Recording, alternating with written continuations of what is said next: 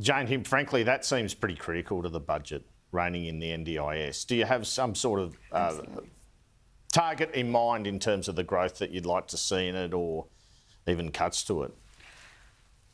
Well, I think the most important thing, Andrew, is in the long term that all government spending doesn't grow faster than the economy itself. And bringing in those budget guardrails is so important, whether it be a tax to GDP ratio to make sure that you don't continually grow the envelope from which governments can spend. That's a really important guardrail that we will set, that we've said that we will restore the moment we return to government. Whether it be that objective of bringing the budget back into structural balance, not windfall surpluses, structural balance in the medium term. That's going to be fundamentally important to delivering a stronger economy, more economic resilience. And let's face it, in these periods of global uncertainty, when the world is changing at a rapid pace, the most important thing that an Australian government can do is deliver economic resilience so that we have the ballast to be able to weather the storms.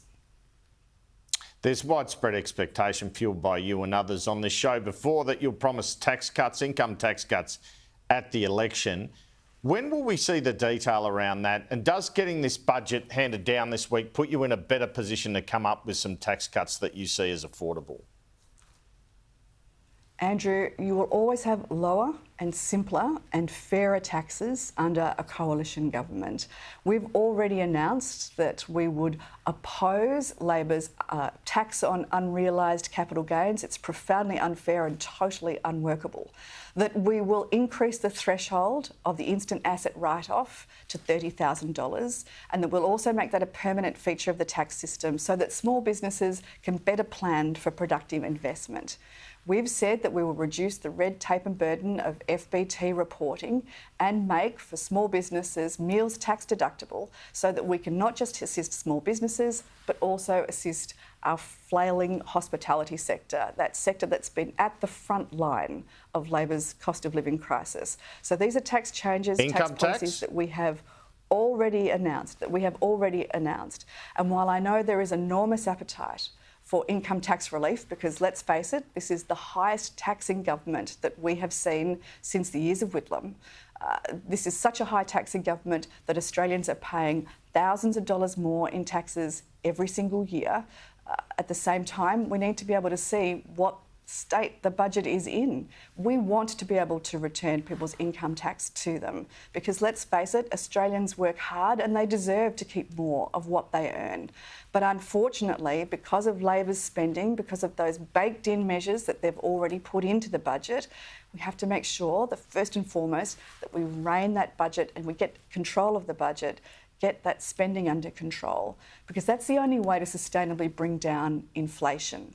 And inflation, as we know from the last 3 years, is the most insidious thief in the night that erodes your savings, eats away at your purchasing power and makes you poorer, brings down your standard of living. That's what we've seen under a Labor government. Australians have been poorer under Labor. Just finally, do we really need another referendum in this country? How many dual citizens does Peter Dutton want to deport?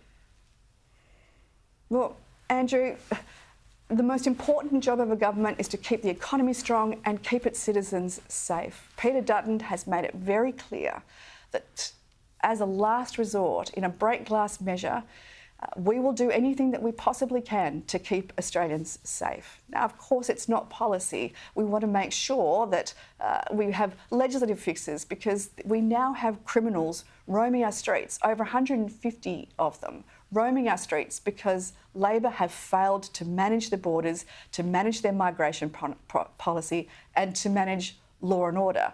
This is a priority for a Dutton-led coalition government. And that shouldn't come as a surprise. Australians expect that their government will keep them safe. If Anthony Albanese won't do that, that's up to him to explain. Jane Hume, thanks for your time. Thanks, Andrew.